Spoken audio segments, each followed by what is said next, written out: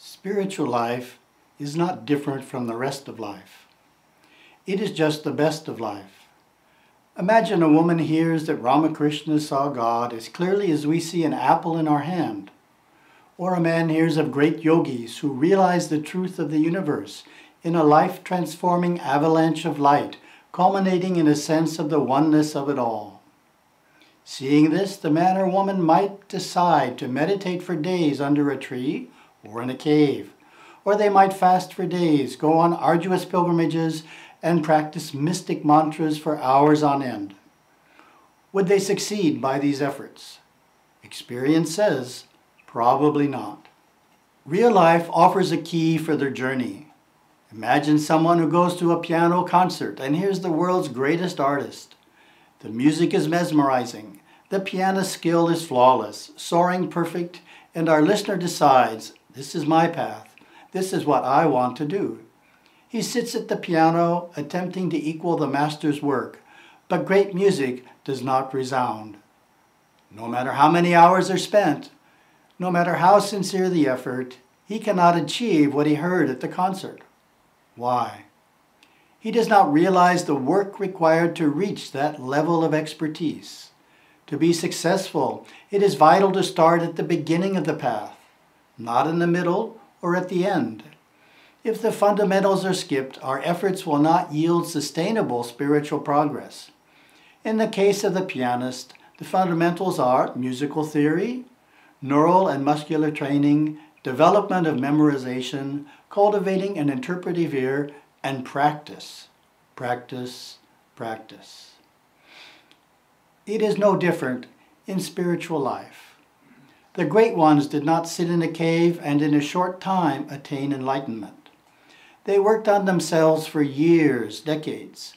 They did sadhana. They changed their habits, their desires, their reactions, their very character. If we wish to achieve what they achieved, we must do the same. We must work for it. The fundamentals, the foundation upon which our spiritual growth rests, is our character. What exactly is character? Character is the sum total of mental and moral qualities distinctive to an individual. On the spiritual path, the first phase of effort is to build, improve, and transform our character.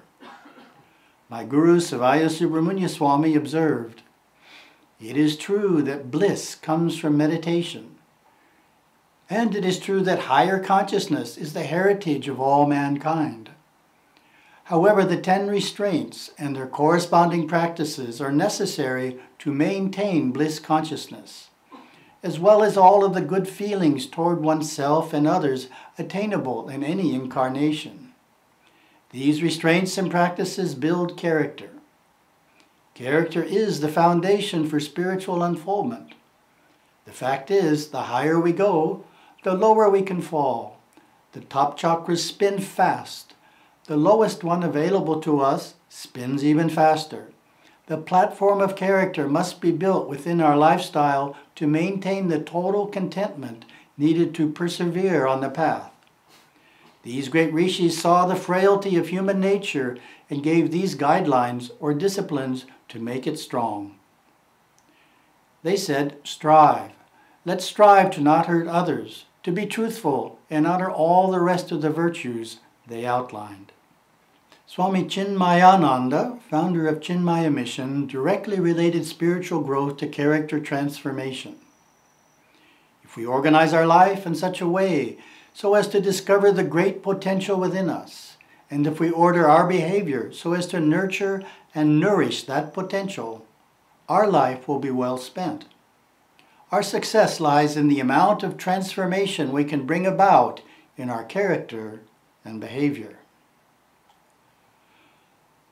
My Guru explained, to build character, to act in accordance with the agamas, a person has to realize that, Having acted instinctively, he experienced consequences that he does not want to experience again. So now he realizes that he should follow these restraints and not go through those consequences again. This is the foundation. Without this foundation, there is no spiritual growth, no fruit. Trying to realize the highest realizations before laying this foundation would be like taking a lime tree that was cut off from its roots and putting it into a bucket and expecting it to bear fruit. Of course, it will not. Each of us has many character qualities. A character quality is a habit, a usual pattern or way of thinking, speaking, or acting. Most people have a mixture of positive character qualities, such as being enthusiastic, punctual, dependable, kindly, or sincere, and negative qualities, such as being sarcastic, lazy, tardy, or deceptive. We have all heard the common excuse for negative character qualities. That's the way I am. What can I do about it? I'm simply a lazy person. Hinduism teaches that the character we are born with in this life is the result of the sum total of our actions in previous lives. Some individuals are clearly pious from birth. Others are of a mixed nature, and still others are self-centered and devious. However, Hinduism also teaches that we can change the character qualities we are born with through self-reflection and self-effort, by observing and controlling how we think and act in the present, particularly by the repetition of positive thoughts and actions. The more often we express and reflect on the character quality we desire to cultivate, the stronger it will become. Accepting the idea that we can change a negative character quality, such as laziness, is a necessary first step. Once that perspective is held, the following four-step approach to developing the opposing positive character quality is helpful. 1. Understand the positive quality. 2. Cognize its expressions. 3. Realize its benefits. 4. Practice its expressions. In utilizing this process, we can keep in mind the following principle from Patanjali's Yoga Sutras. For the repelling of unwholesome thoughts, their opposites should be cultivated. Unwholesome thoughts such as harming someone and so forth, whether done, caused to be done, or approved, whether arising from greed, anger, or infatuation, whether mild, moderate, or extreme, never cease to ripen into ignorance and suffering. That is why one must cultivate their opposites. Let's see how this four-step process can be utilized to replace laziness with industriousness. First, understand the positive quality. Make sure you have a clear understanding of the character quality you wish to cultivate. A good way to approach this is to define it in your own words. Let us define industriousness as hard-working, willing to work long hours to finish a project. Its opposite, laziness, is a disinclination to work hard, preferring to remain idle. Then meditate on the positive quality. Second, cognize its expressions.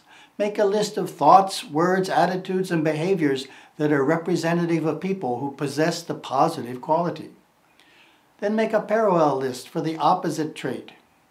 Under the column for industriousness, do the task now, work late to finish, maximize productivity. Under the column for laziness, postpone the task, stop as early as possible, and do the minimum. Third, realize its benefits. List the benefits of having the quality. This can include insights into the problems caused when its opposite is followed. Industriousness gives us a greater ability to serve family and community, opportunities for career advancement, appreciation from associates, enhanced self-esteem, and an avoidance of criticism. Scripture can provide insights. The Tirukural offers valuable thoughts on industriousness, saying, Good fortune of its own accord ferrets out and finds the man of unflagging energy. Of laziness it warns, procrastination, forgetfulness, sloth, and sleep. These four shape the ship, bearing those destined for ruin. Fourth, practice its virtues. Begin to regularly practice the actions that will develop the habit pattern of the positive character quality. Observe closely as to begin to experience the benefits that result. Set realistic goals. Be careful not to set the goal too high, lest you fall short, become discouraged, and give up the effort. For the quality of industriousness, focus on increasing your productivity for the day by 5%. This can be accomplished by working faster, working longer, or a combination of both. Slowly, character will evolve, and the many traits that define you will be transformed, bringing a deeper spirituality and a more secure material existence to your daily life. Remember, consistency is the key to the conquest of karma.